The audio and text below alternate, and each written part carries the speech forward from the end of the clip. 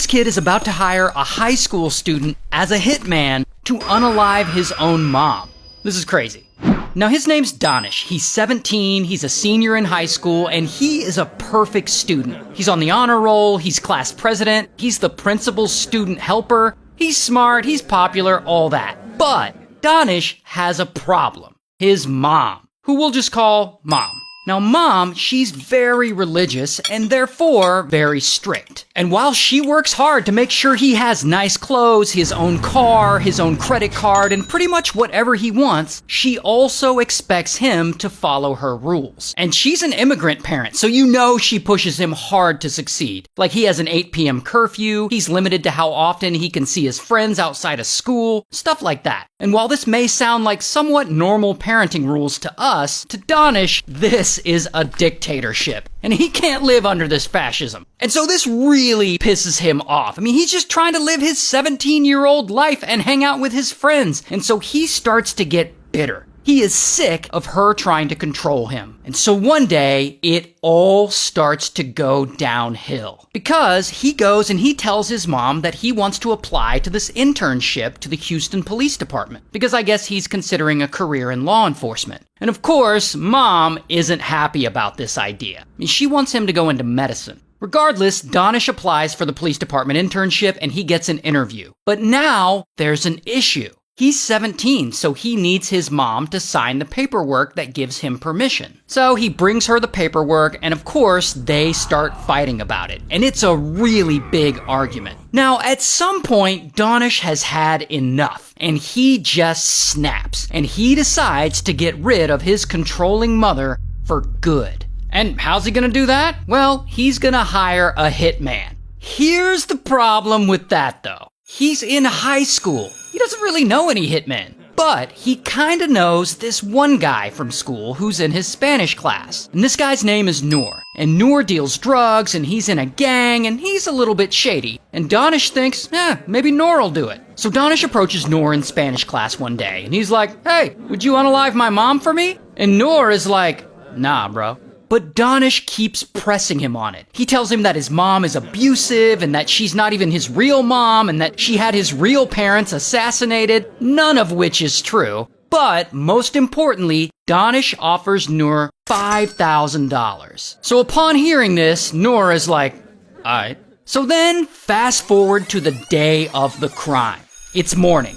Danish and Noor, they're in school, but they leave early. And Danish drives them to his apartment. And he opens the trunk, and he gives Noor a pair of blue latex gloves and a knife. And shortly after, Noor is sneaking inside the apartment. And Mom is there. And I guess she doesn't see him because kaboom! He grabs her from behind, and he takes the knife, and he starts stabbing her over and over again. And there's a struggle, and Mom fights back, but Noor is stronger than her, and he ends up stabbing her 48 times until she's unalived.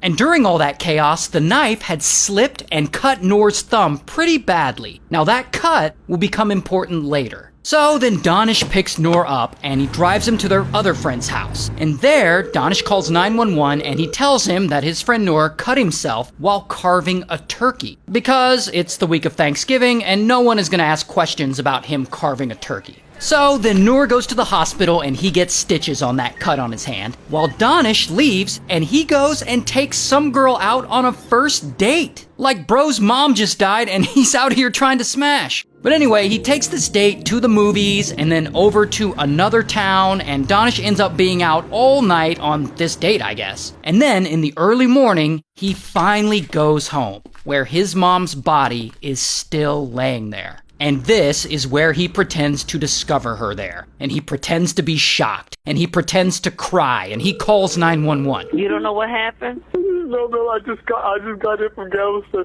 I just walked in this morning. So pretty quickly, police arrive. And they investigate. And they notice a few things. One, there's no sign of forced entry. And two, there's someone's bloody handprint on the doorknob. And three, Danish doesn't have any of his mom's blood on him. Now this is apparently unusual because generally when people find the body of a loved one, they immediately panic and they try to touch them or shake them or hug them to see if they're still alive, and that tends to get blood on them. Clearly, Danish didn't do any of that with his mom, because he's the one who set up the murder. So police are suspicious of him, and they take him in and they question him. And they also notice something is a little off about his 911 call from that day. In his 911 call, he gave away his alibi without the operator even asking him. You don't know what happened? No, I just got it from Galveston. Apparently, that's a very common thing that guilty people do. Like when a killer calls 911, they will often just vomit out their alibi without being asked. Like, it wasn't me, I was hanging out at Chuck E. Cheese the whole time. That's basically what he did.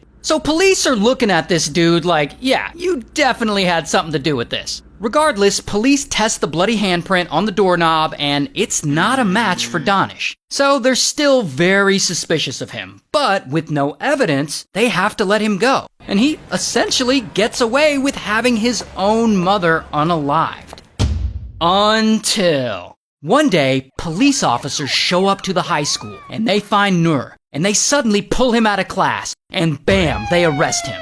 But they arrest him on a drug charge, and the drug charge is completely unrelated to the murder. Police don't even know Nur is involved in any murder. They're arresting him for drugs, and he is panicking. He's sitting there thinking, oh shit, the police are here. They know what I did. They know that I'm the one who unalived Danish's mom. What am I gonna do? I'm probably gonna go to jail. Is there anyone who can help me out of this? But then he thinks back to his partner in crime, Danish. Maybe Danish can help him. So as the officers are escorting Nur out of the school, he yells back to his friends, Tell Danish to give me a call. Tell Danish I'm going to jail. Because Nur thinks this is about the murder. So now, police know he's somehow connected to Danish. So police bring him in, and they notice that for some weird reason, he's wearing one glove. So they ask him to take the glove off, and he does, and he's still got stitches on his hand from where he cut himself during the crime. And they ask him what happened, and Nur's like, I cut my thumb carving turkey.